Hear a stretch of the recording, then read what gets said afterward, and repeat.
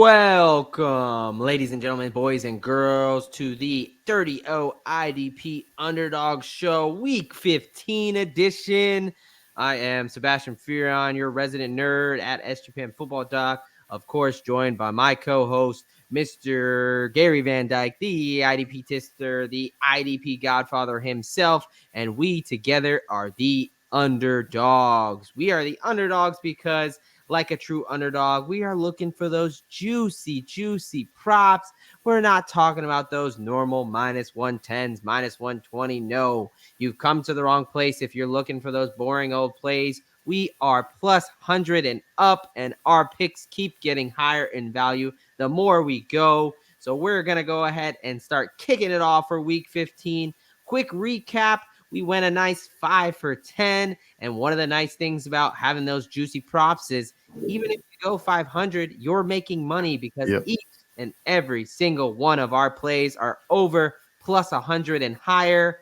And we're going to go ahead and kick it off with Mr. Gary Van Dyke. He's going to give you 5 IDP props. I'm going to handle the offense, the dirty O. I'm going to give you 5, and then we will combine together as one to make a nice underdog, juicy fantasy parlay.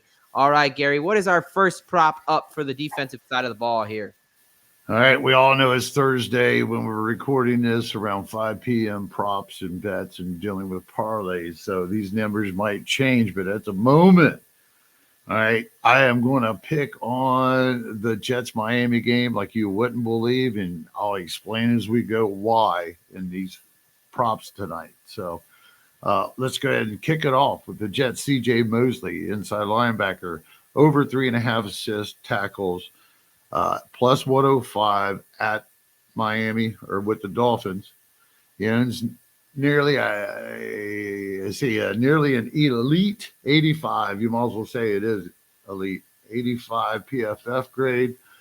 Has dipped a little bit the last couple of games, but I mean, considering the situation with Quincy Williams and stuff, he could afford to if he wants to, and it's not like they're fighting for the playoffs. But this is a divisional game in Miami, and the last time these guys went up against each other in Week 11, let's see, he had something like 14 combined tackles, amongst other things, right? Wow. Yeah, in New York, right?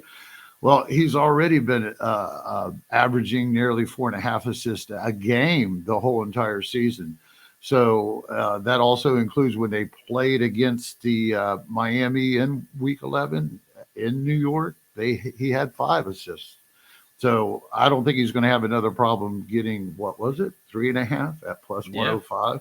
There we go, folks. Starting the show off with a nice plus 105. That is Jets inside linebacker C.J. Mosley, higher than 3.5 assisted tackles there at plus 105. Very nice. I like that too because you got Tyreek Hill and Devon Achane, two of the most explosive players on that Dolphins offense, both banged up, both a little bit questionable coming in. So that may limit some of that big playability we're used to seeing out of Miami. They may have to meticulously drive down the field and be on the field longer. Some more opportunities for Mosley to get some tackles there. Love it as we started off. All right, over on the offensive side of the ball, I'm going to start us off with a nice little plus 165 here. Give me Vikings running back Ty Chandler, anytime touchdown at plus 165. Minnesota heading to Cincinnati this week. You have a situation where Ty Chandler is RB1 this week. He's been working his way, splitting carries with Alexander Madison. Madison is out this week with an ankle injury, so Ty Chandler is going to be the guy. And I expect him to get a lot of value. This is a situation where you have Nick Mullins going up against Jake Browning, but Jake Browning's been playing well. Nick Mullins has shown some ability. I think that there is going to be a little bit more scoring than people expect here.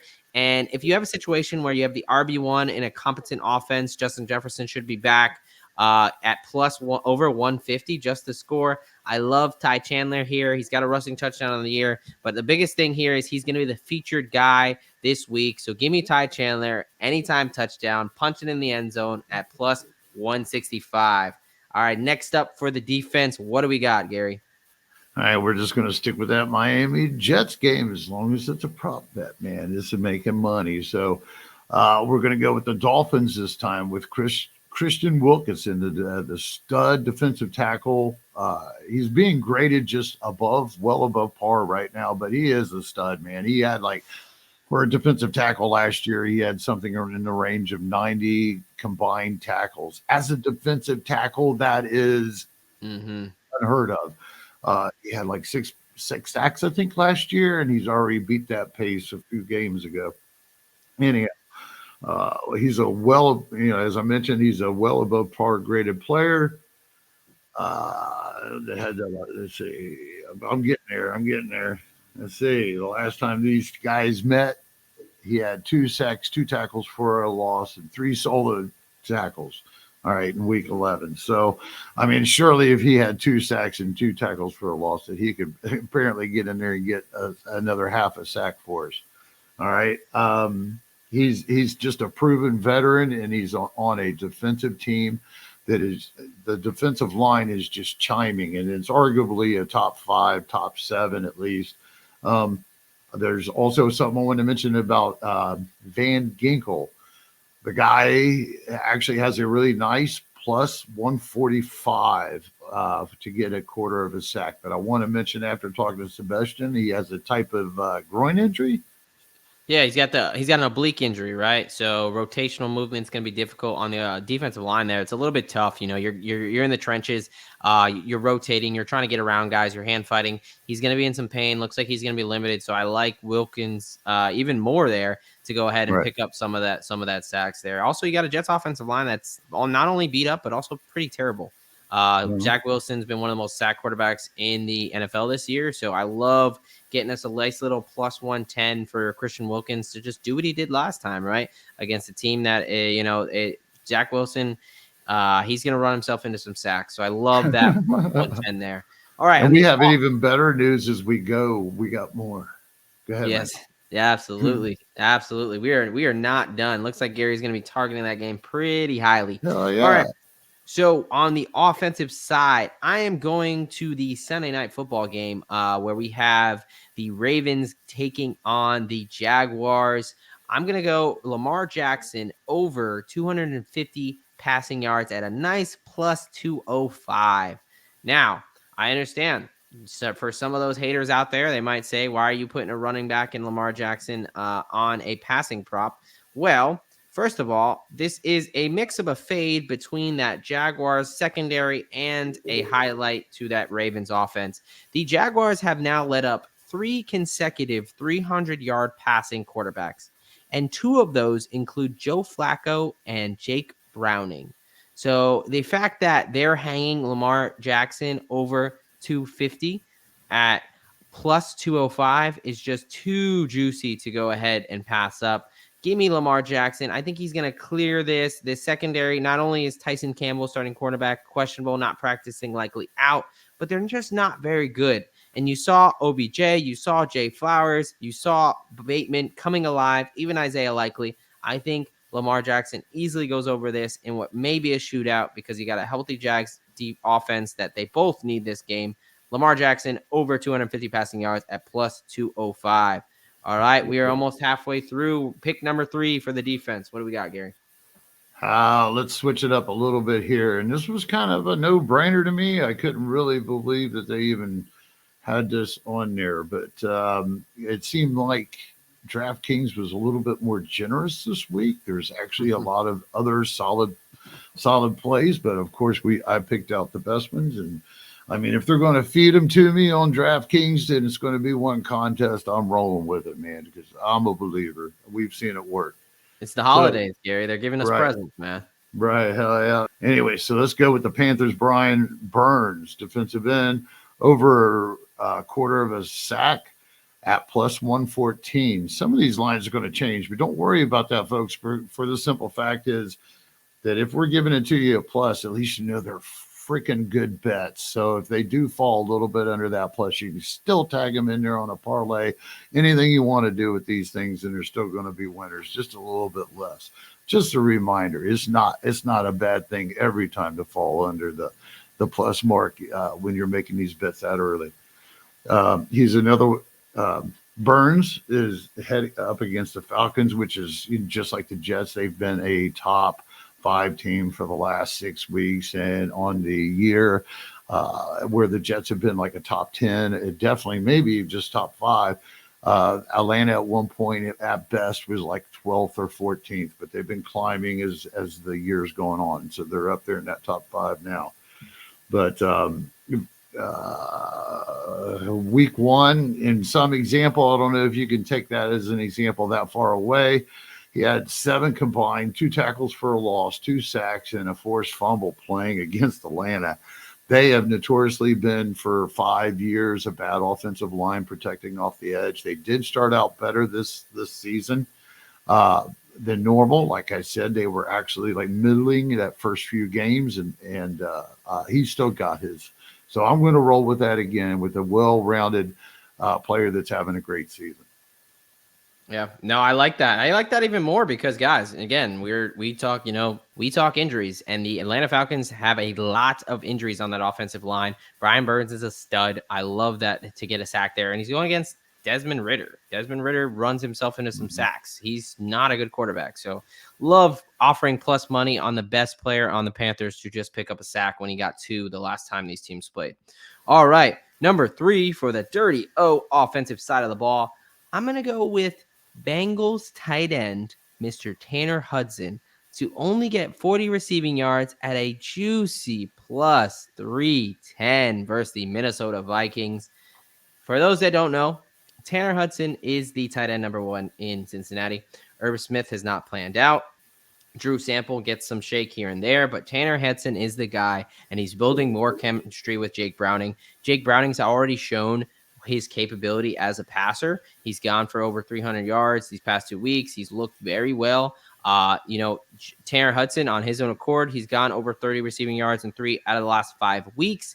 That chemistry is building. And I think the middle of the defense is where you want to attack this Vikings team. Vikings team that's playing a little bit better defense under defensive coordinator Brian Flores. They are a blitzing team. So in a situation where you have, the tight end leaking out over the middle, giving it a nice little chip block here and there, I think Tanner Hudson is going to be utilized. And I think he gets to this 40 yards fairly easily. So give me Bengals tight end Tanner Hudson, 40 plus receiving yards at a juicy plus 310. All right, folks, pick number 4, and you are not kidding yourself. These picks are going up in value, so we want to make sure that we're giving you some nice underdogs. All right, Gary, what do we got for number 4? Let's go right back to Miami with Dolphins defensive tackle, interior defensive edge rusher, Zack Sieler. He's had a really solid season. He is a on par overachiever in certain contests when the matchup is right, like it is with the Jets.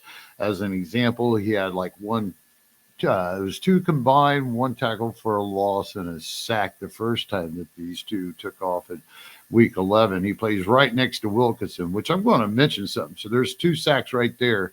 Or Wilkinson had 2. That's 3 sacks right there, right? Well, Jalen Phillips, this is the game that it was his last game, week 11. And he's a stud. Well, that dude had 2 sacks of his own with like two tackles for a loss and like 4 combined. So there's plenty of production. This is what I'm showing you. Now, that's without even looking at what Bradley Chubb probably got off the other edge. And I'm going to probably lay odds as if I was a betting man, 50-50 is that he had at least a sack. So that's the kind of production. Well, now we have a vacuum because Jalen Phillips, he's not there right now. So Van Winkle stepped in. He was an elite grade player, and he showed up on that Washington game just like he was supposed to. Last game, he fell to 4 combined, 2-2. And it was basically because I think he was injured with this because it actually happened during this last contest. So even if he plays, it's one of those lingering injuries that Sebastian mentioned. And he could actually probably go out pretty quickly if he really pushed it. So even if he plays, I'm not really worried about it. There's just that much more of a portion for Zack Sieler and Wilkinson later, because Van Winkle's not going to be able to give it 100%, just like he didn't last game. And he had been overachieving in all games, all contests that he'd been in, and he was a starter. So I fully believe that production is going to be there. Sealer's going to get his quarter of a sack at plus 120 versus the Jets. I like that. I like that. Yeah, Sieler's a guy that you want to go ahead and target. I mean, hey, if you like big boy touchdowns, my guy did score the first touchdown and a nice pick six there. So you got to show some love for big boys scoring. Love targeting that poor Jets offense. All right. So pick number 4 for the offensive side of the ball, we've got Mr. Ezekiel Elliott. Let him eat. All right. So a name I did not think I'd be saying in 2023, but you got a situation where Ramondre Stevenson dealing with a high ankle sprain. No practices yet, trending towards being out. Fully expect him to be out. Missed a couple weeks there. It's pretty serious injury. And this Patriots offense, after looking lackluster, Zappy and the boys had him going. Really put up a pretty performance. Took it to Pittsburgh last week. And a big portion of that, obviously Hunter Henry getting his, but also Mr. Ezekiel Elliott. Elliott looked good, not only on the ground and on the yard. So give me Zeke Elliott over 125 total yards. That's rush and receiving at plus 390 against the Kansas City Chiefs. He did this just last week. He popped over this number. And you may say, well, hey, that's against Pittsburgh. They're not, they're pretty bad against the run. So is Kansas City. In these last 5 weeks, Kansas City has been one of the worst teams in the league against the run. I like Ezekiel Elliott to get involved not only on the ground, but also through the air. So give me Zeke Elliott, 125 plus total yards at plus 390. All right, the 5th pick here for the defense. What do we got? Of course, we got another Jet. And I got to tell you, this is a nice thing between the Jets and Miami and this whole line thing with this week is they actually have the talent to back the bets up. They have players that just by their skill set can achieve this. So that's despite the numbers that each team or each game or each opponent is offering up to them to begin with. All right. So Jets Jordan Whitehead, safety, over 3.5 solo tackles at plus 124 versus Miami. Once again, a slightly above par graded player, consistent with the matchup strengths to his production. If the Tony Adams is usually a guy who's getting more combined tackles, but again, when the matchups have been in his favor, he at least solid or strong, he has showed up. Let's see, the last time they had, let's see, hence it was a top 10 safety matchup last time in week 11. And he shouldn't have any problem repeating a 5 solo tackle plus 1 combined. I actually expect that to be a little bit higher for him, considering that they're going to be in Miami. It doesn't concern me that much that a hill of them might be nicked up either, because it's just going to be a mass amount of snaps, in my opinion. I think that Miami's defense is, like I said, good enough. Jets aren't as good as them, but I think that the defensive line and the backups are good enough to get the job done. There you go. Yep, I like it. That's going to be clearly Miami Jets game is going to be a situation where you could get some nice defensive points there. A good IDP matchup. All right, my 5th and final pick for the Dirty-O props, our top 5 here. I'm going to go with Broncos wide receiver Marvin Mims to get higher than 50 receiving yards at a nice plus 750. All right, folks. So we got a situation where we got Denver heading to the Dome in Detroit there against the Lions. This Lions pass defense has just been brutally awful, especially of late.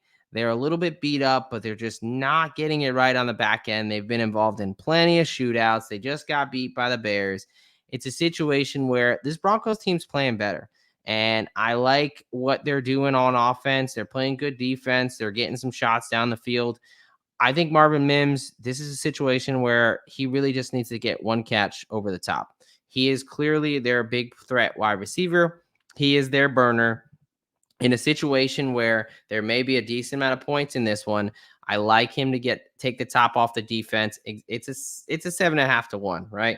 It's a situation where you're telling me essentially one deep ball and it's there, and I'm cashing a plus 750 ticket. I will take that all day, every day. Give me that wide receiver 3 in Denver, Marvin Mims, 50 plus receiving yards at plus 750. And all right, folks, we got a little bit of a special here. In the spirit of the holidays, we are in a giving mood, and we're going to give you a 6 defensive props because that is just how good Gary feels about the board today. What is the 6th and final prop there? So, boom, I am going to stick with the Jets and defensive tackle Quinnen Williams. Over 1.5 assisted tackles at a plus 180, which has not been easy for me to get a hold of here recently. We were getting those earlier in the year, like nice, but those have been a little bit tougher to trust here recently. Until now, Jets Quinnen Williams, he's been averaging 2 assists per game the entire season. He's an elite graded 90 plus PFF player. The last time that I really like about this is the last time that these twos met up, that they actually, Miami protects the quarterback. So he didn't get a sack. He didn't get a tackle for a loss. But what he did get was 3 solos and 3 assists because he's such a beast. He's going to produce. Averaging that 2 assists every game, I am rolling with him. You can fit him in here anywhere with any of these IDPs. And I think it's a great bet. There you go, folks. All right. So good that we gave you 6 there. Happy holidays with that one. Okay. To wrap this up here, we are now going to combine forces. The offense meets the defense, the dark side and the light side joining together to, of course, wing you some money. All right, folks. So the underdog parlay over at Underdog Fantasy. It's going to be 2 offensive, 2 defensive props. I'll go ahead and kick us off with Giants wide receiver Wan'Dale Robinson, higher than 31.5 receiving yards at the Saints here. Now, like Gary was mentioning, these lines do change. We advise you to get in as soon as you hear this. The earlier you get on, typically, the better odds you get, especially with some of these guys where it's one of those situations where, it's not super known. We go deep dive in here for you. And as soon as it starts to get out and become a popular bet, these numbers go down. So just a situation now, for an example, when I wrote this up, it was 29.5. It's already at 31.5 receiving yards. Clearly, a lot of people are on this, but Wan'Dale Robinson, I love for him to go over here. He's explosive. He's involved in the rushing and receiving game. In the situation where he put up over 70 yards last week, him and Tommy DeVito, I had to get my guy Tommy Cutlets into the lineup somehow, some way. This is a situation where New Orleans, they started the season strong on defense. They're fading as well. Marshawn Lattimore is out for the year. Marcus May is out for the year. They lost some big guys in that secondary. I love a situation where Wan'Dale Robinson can take advantage there. Really, that's just about 4 or 5 catches for him. I think he does that with ease. So give me Giants wide receiver Wan'Dale Robinson higher than 29.5 receiving yards. What is our first play of the underdog on defense? Let's see. Well, I'm definitely sticking with the Jets Jordan Whitehead over. Oh, let's see. No, where'd I go? Oh, sorry about that, folks. Jets Jordan Whitehead again, higher than 1.5 assisted tackles at Miami. Let's see. Out of all the games that he's played, he's actually averaging over 2.5 assists on the season. Another no-brainer for me. It's a low number and a high productive game. Yeah, I love it. All right, folks. The next up on the list is Bears wide receiver DJ Moore, higher than 65.5 receiving yards at Cleveland. I know what you're saying. Number one, doesn't DJ Moore have an ankle injury? Yes, he does. I'm fully expecting him to play. It's a situation where he picked it up on that end around, and after the end around, where he picked up that slight ankle injury, he went on to score a touchdown and a pretty decent one and put up 60 yards receiving already. So I think he's going to be good to go. And it's a situation where Cleveland also, you're thinking they got a pretty good defense. That they do. But they are projected to potentially miss 3 out of 4 starters in that back end. They're beat up in the secondary. And DJ Moore is the guy in Chicago. So for them to have any success through the air, they're going to DJ Moore. Give me DJ Moore higher than 65.5 receiving yards.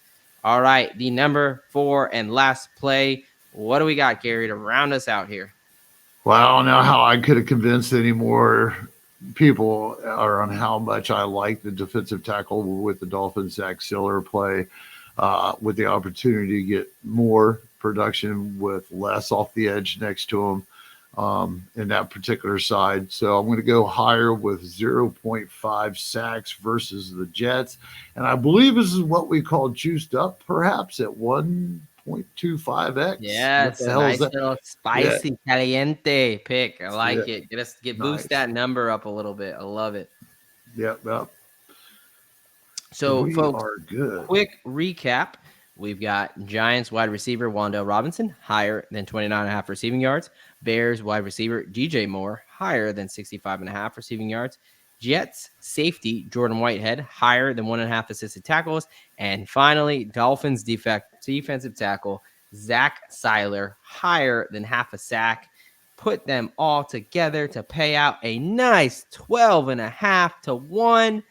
Listen, folks, we are just trying to make this holiday a very merry one with some cash in your stockings. Nobody wants some little candy canes or a tie or this and that bullshit. We're trying to stick it with some cash and help you pay out. And the way you can help pay us back is just like and subscribe to us here over on YouTube. And for more picks, we're coming back every week to make you some money. Got anything for the Gary or for the people, Gary, before we wrap up here? No, not really, man. Just I can't wait to check out this Miami Jets game. You know, the pressure's on, brother. Yeah, I mean, clearly that is your game of the week there for the defense. All right, folks. So from the underdogs here, myself, SUPN Football Doc, and of course my co-host Gary Van Dyke, we are wishing you a happy holidays and a happy football season. I will leave us with this. Go Army. We beat Navy last week. So let's ride that wave and have a hell of a week 15. We are out.